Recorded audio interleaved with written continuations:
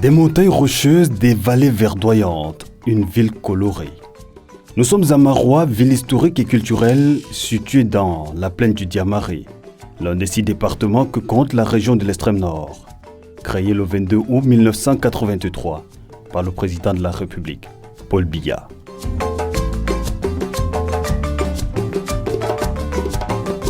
À une dizaine de kilomètres du centre-ville sur l'axe Maroua-Bogo, se dresse majestueusement un cadre de formation pittoresque, bâti sur une superficie de 545 hectares. C'est l'un des campus de l'université de Maroua, basé à Kongola Djulgouf Kodek, dans le 3e arrondissement de la ville.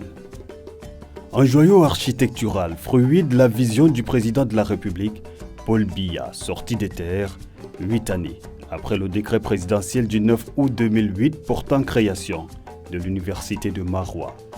La 7e université d'État a ouvert ses portes au Cameroun.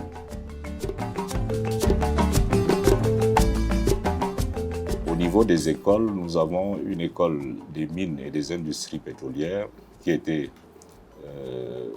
la 2e sur l'ensemble du territoire. Maintenant, il y a eu d'autres universités qui ont ouvert des écoles de mines. Nous avons l'École nationale supérieure polytechnique. L'École nationale supérieure polytechnique de Maroua, dans son texte organique, diffère totalement des autres écoles polytechniques.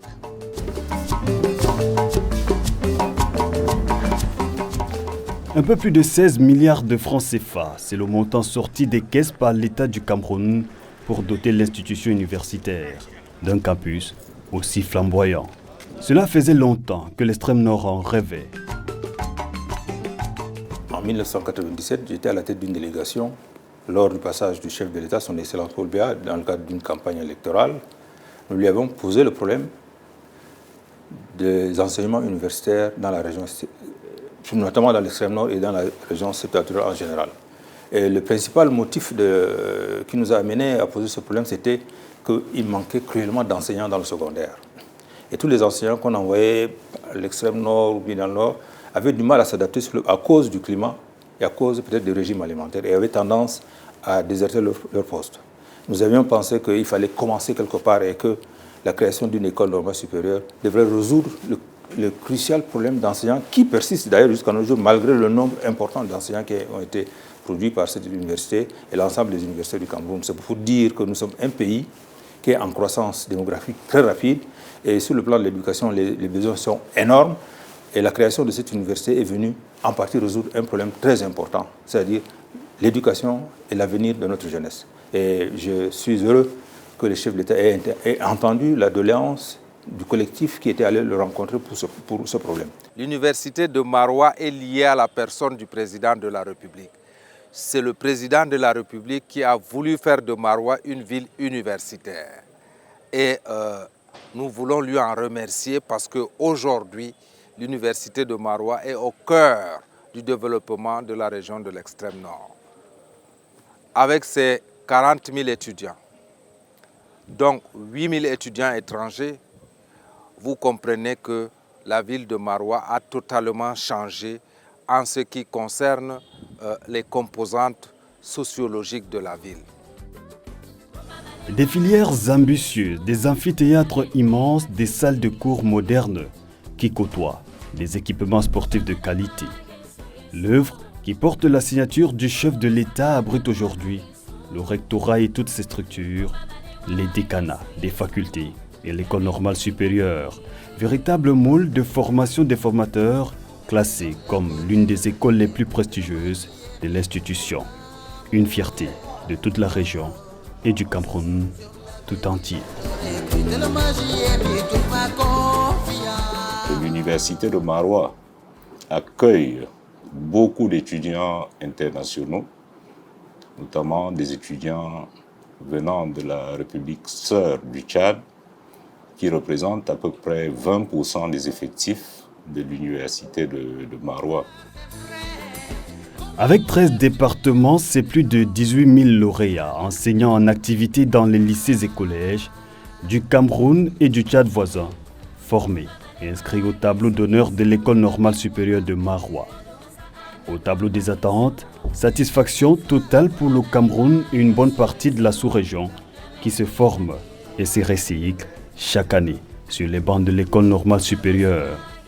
La réputation de l'université traverse les frontières camerounaises. Avant l'ouverture de cette université, celui qui passait son baccalauréat, que ce soit à Kousséri, à Makari, à Bouffé, vous pouvez venir de Mokolo, de Kaélé, vous étiez appelé à partir, dans le meilleur des cas, sur Ngaoundéré. Et avec toutes les difficultés que ça comporte pour les parents, compte tenu de la situation vraiment économique de la région, il y avait beaucoup de déperditions. Maintenant que nous avons cette université sur place, il est plus facile pour les parents d'envoyer leurs enfants dans les universités et avoir des qualifications. Pour donner un exemple, vous avez dit 17 ans d'existence. En 17 ans d'existence, l'université de Maroua a produit 70 000 diplômés. 70 000 diplômés, ce qui n'était pas possible lorsque cette université n'existait pas. Donc, rien que sur ce chiffre, on peut voir l'apport conséquent de l'université de Maroua dans le développement du capital humain. Pour assurer un enseignement de qualité et de proximité à ces milliers d'étudiants, dont les rangs sont grossis par 7000 autres étrangers, l'université de Maroua s'appuie sur une politique de diversification de l'offre de formation et de multiplication de ses campus.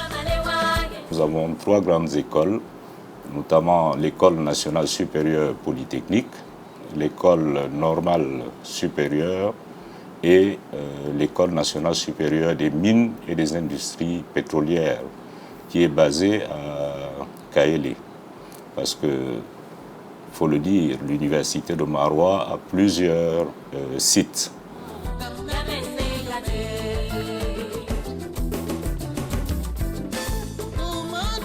Je réponds au nom de Debno Tchariane. Je suis étudiant en première année ici à la faculté des sciences à Maroua. Ce qui m'a, n'est-ce pas, marqué de plus, j'ai entendu parler de Maroua sur le plan éducatif. J'ai compris que cela est vraiment bon, que ce soit, n'est-ce pas, sur les activités, que ce soit sur tout, n'importe quelle activité. J'ai trouvé que Maroua, c'est un milieu où, n'est-ce pas, la réussite, n'est-ce pas, est à 100%. Je trouve ici, avec le nombre est minime. Et on a toutes les possibilités de poser des questions, n'est-ce pas, participer, n'est-ce pas, au TP, bien qu'il y a des difficultés qu'on rencontre ici. Lorsque j'étais chez moi, on me dit qu'ici à l'université de Maroua, l'enseignement de Maroua est quand même bon. Je me sens bien chez moi parce que je n'ai pas de problème ici à l'université de Maroua. C'est Kandé. C'est à une dizaine de kilomètres du campus principal de Kongola Djulgouf Kodé. Le trajet mène à l'École nationale supérieure polytechnique de Maroua, né des cendres de l'Institut supérieur du Sahel, un établissement polytechnique au service du développement. C'est le socle sur lequel est bâti ce pôle d'excellence académique qui a pris ses quartiers loin du centre urbain. En son sein, des départements uniques débouchent sur des parcours innovants, étoffés et adaptés aux besoins des Camerounais d'ici et d'ailleurs. Donc Polytech Maroua compte 10 départements, dont 900 diplômants. Nous avons pour le dernier et non diplômant, c'est un département qui moule les étudiants à l'entrée pour 2 années et à partir de la 3e année, ils vont en spécialisation dans les autres 9 départements. C'est vrai que le décret de 2020 a essayé du chef de l'État en 2020 a essayé de donner une structuration à toutes les écoles, une structuration commune à toutes les écoles polytechniques. Mais à l'école polytechnique de Maroua, nous avons une spécificité. Donc, par exemple, nous avons le département de génie textile et cuir, qu'on ne retrouve pas dans les autres départements. le département d'agriculture, élevage et produits dérivés, qu'on ne retrouve pas dans les autres écoles polytechniques. Ici, on a des corporations qui interviennent dans la mise en place des programmes de formation. Même lorsqu'on les révise, on les fait appel. Donc, je peux par exemple prendre le département du génie civil et architecture, d'où que les formations même sont proposées directement par les ordres de génie civil.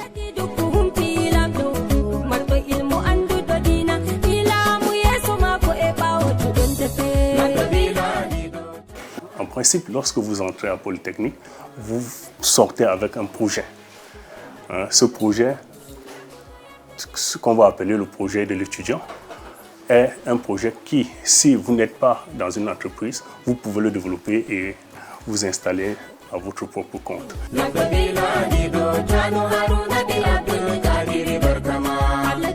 10 départements au rang desquels le département d'agriculture, élevage et produits dérivés. Il trace et irrigue au quotidien les sillons de l'autosuffisance alimentaire. Il y a 4 options de département. L'option production animale, vous avez vu comment nous produisons, vous avez vu les animaux, soit la volaille, soit les moutons, les canards, et les poissons. Voilà. Également l'option production végétale, dans un champ d'exploitation pour les étudiants. Il faut les pratiques chaque semaine et en fait de ça du niveau 3. Donc les produits issus du champ, comme le maïs, le sorgho, sont utilisés pour nourrir, une bonne partie utilisée pour nourrir les animaux, pour l'élevage. Et les produits issus de la production animale et végétale sont transformés pour fabriquer les produits comme la farine infantile, qui peut remplacer les farines importées comme le céréalac. Les étudiants formés pour se mettre en équipe, donc créer des entreprises. Voilà, des entreprises qui peuvent aussi employer les autres Camerounais, lutter contre la pauvreté. Ces leçons qui s'articulent autour de la sécurité alimentaire, la modernisation de l'appareil productif et l'accélération de la performance des filières de production font courir les jeunes de tous les coins et recoins de la République. Ils constituent aujourd'hui une expertise de qualité dans les domaines de l'agriculture, de l'élevage, des pêches, de l'aquaculture, entre autres. Actuellement, ici, nous sommes dans un bâtiment d'élevage. Nous sommes dans un bâtiment d'élevage où nous produisons actuellement des sujets de type COP 500. Ce sont les poulets de chair. Donc, nous en disposons actuellement une bande dont nous faisons le suivi. Et un suivi qui est surtout plus encadré par nos encadreurs. Donc ici, là, nous avons un atelier où nous produisons nos propres ingrédients. Nous produisons nous-mêmes nos aliments que nous nourrissons nos sujets avec. Et par la suite, nous avons aussi un espace où nous les avons mis actuellement. On appelle cela la poussinière. Ils auront peut-être environ 21 jours. Et lorsqu'ils auront 21 jours, on va les transférer dans cet espace qui est lié, qui est destiné pour poursuivre leur croissance. Sur le même site, à travers des matériaux de récupération et des déchets plastiques, d'autres mains habiles forgées au département des sciences environnementales mettent au service du développement durable leur savoir-faire. Le département des énergies renouvelables est l'un des départements phares de l'École nationale supérieure polytechnique de Maroua. Il forme des étudiants dans 4 spécialités, notamment en bioénergie, en énergie éolienne, en hydroélectricité et en énergie solaire. Alors, nos étudiants sont formés pour être des futurs leaders, ou je dirais plutôt des futurs cadres, qui vont travailler à renforcer la capacité énergétique de notre pays. Et la plupart d'entre eux sont formés pour être aussi des futurs chefs d'entreprise. Et ici sur le site, nous avons le site de Congo, là, nous avons plusieurs projets dans lesquels eux-mêmes ils ont assisté, et notamment le champ solaire que vous voyez là derrière moi. Le site est entièrement alimenté par l'énergie solaire. Cela a été réalisé par nos étudiants, comme je viens de le dire, et nous pouvons dire que nous produisons au-delà de 30 kV. Ici, c'est le site numéro 1 que vous voyez. Le site numéro 2 se trouve en ville au niveau de l'incubateur des entreprises de l'université. le site numéro 2 au-dessus du département et le site numéro 3, c'est lui qui permet d'alimenter l'infirmerie. Le département d'hydraulique et maîtrise des eaux comporte des options, une option purement hydraulique et une option génie sanitaire et environnement. Le département d'hydraulique est parmi les meilleurs départements de Polytech à avoir les débouchés parce que chaque année, il y a les concours d'intégration, il y a les entreprises qui prennent les étudiants. Par exemple, si vous penchez du côté de Minawao, vous allez vous rendre compte que la majorité sont les étudiants sortis du département d'hydraulique. En matière de développement du numérique, l'arrimage de l'université de Maroua s'est fait progressivement grâce au projet national Higher Education Network. Un don du chef de l'État, Paul Biya, logé au sein du campus de Kongola, du Gouv Codec. Il connecte l'université de Maroua aux nouvelles technologies de l'information et de la communication. La salle de visioconférence pour les réunions interuniversitaires compte au moins 40 places assises là. Et un peu plus loin, 20 places, bien comptées. C'est une salle ultra moderne d'enregistrement de son et d'enseignement à distance.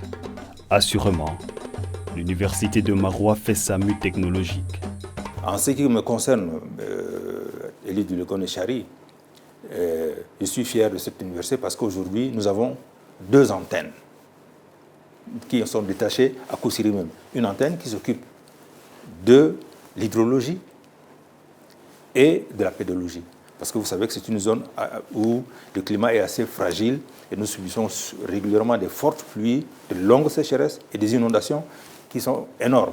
Donc je pense que l'idée de créer une institution qui s'occupe de ces questions-là à Koussiri est la bienvenue. En plus de cela, il y a une faculté de sciences humaines et de droit qui vient de voir également le jour. Donc c'est pour dire que non seulement les étudiants du Legon-Echari n'ont plus besoin de quitter pour venir jusqu'à Yaoundé pour faire leurs études ou aller au Nigeria pour faire leurs études. Ils le faisaient, peut-être à Maroua, Koussiri, c'est une affaire de 300 km, ce qui rendait la vie facile et chacun avait un cousin, un oncle quelque part où il pouvait loger et permettait à ce que les études soient faites. Mais le fait que également cette université de Maroua ait détaché des antennes dans la ville de Koussiri elle-même rapproche donc l'enseignement par rapport aux élèves et aux parents d'élèves.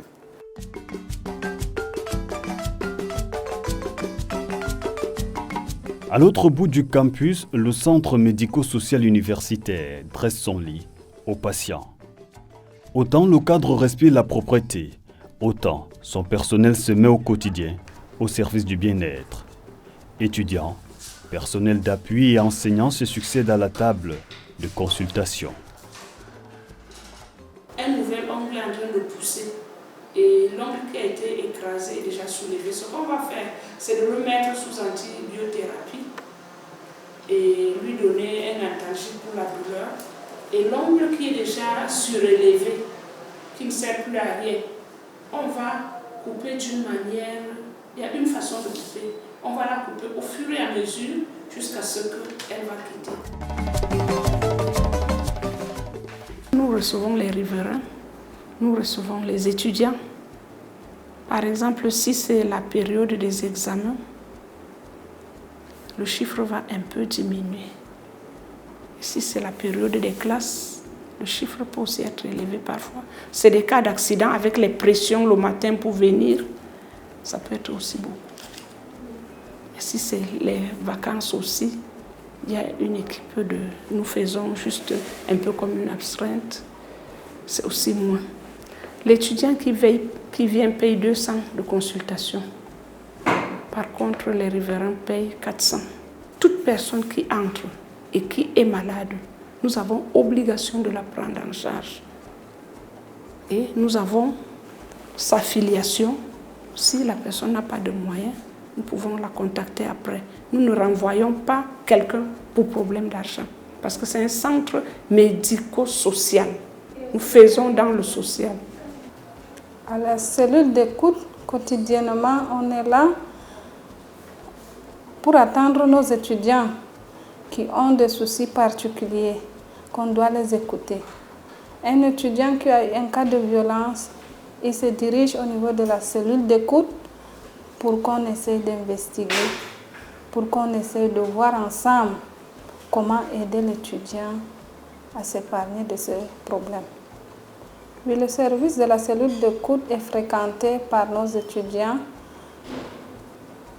En moyenne, on peut avoir 5 à 10 étudiants par jour. Ça dépend.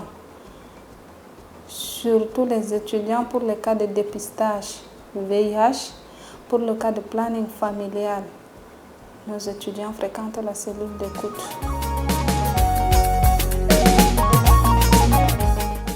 En marge de la santé, toute une division se penche sur des œuvres sociales au sein de l'université, telles que le logement et la restauration. De lundi à samedi, avec 100 francs CFA, le restaurant universitaire ouvre ses portes aux étudiants. Plus de 600 plats pour le seul site de Kongola sont servis par jour. Ici au restaurant, voilà des étudiants, on vient de la maison comme ça pour venir faire le cours et après le cours on vient manger ici. Souvent on vient trouver différents menus ici, on peut trouver les spaghettis, macaroni, le couscous. Et les jours où on voit le couscous, pour continuer le reste de la journée, on peut faire même 2 tours.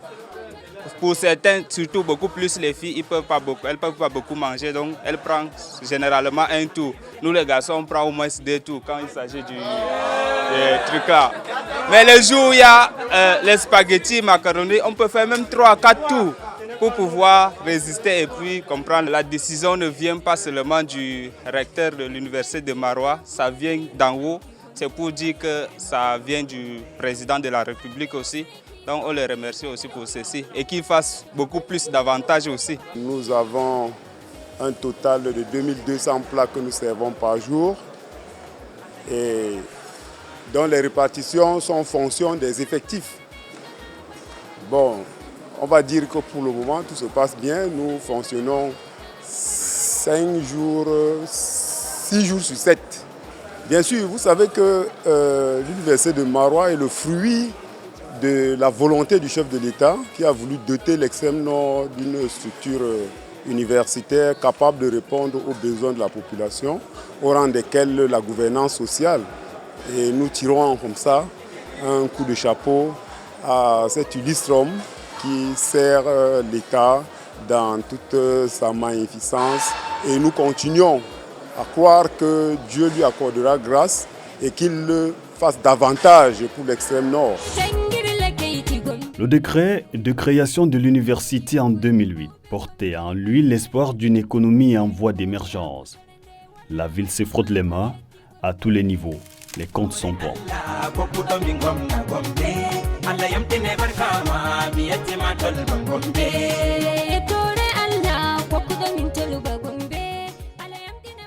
Sur le plan économique, l'économie locale,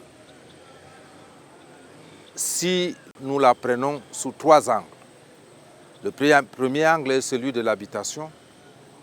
Vous convenez avec moi que la cité universitaire ne peut pas, n'est-ce pas, proposer de logement à 40 000 étudiants. Ça fait quelque chose de remarquable pour les familles, dont l'industrie, n'est-ce pas, dont les investissements en matière de construction de chambres à louer, des cités, n'est-ce pas, à louer, ont prospéré dans la ville de Maroua. Lorsque vous prenez 40 000 étudiants, ils doivent manger, ils doivent s'habiller, ils doivent se déplacer. Ils doivent trouver des endroits de loisirs. Eh bien, tout cela a permis à la ville de Maroua de multiplier les activités socio-économiques pour que l'économie locale puisse prospérer et que des PME puissent jaillir. L'épanouissement de familles à travers, n'est-ce pas, ces différents investissements à proposer à 40 000 personnes, cela est quelque chose de formidable.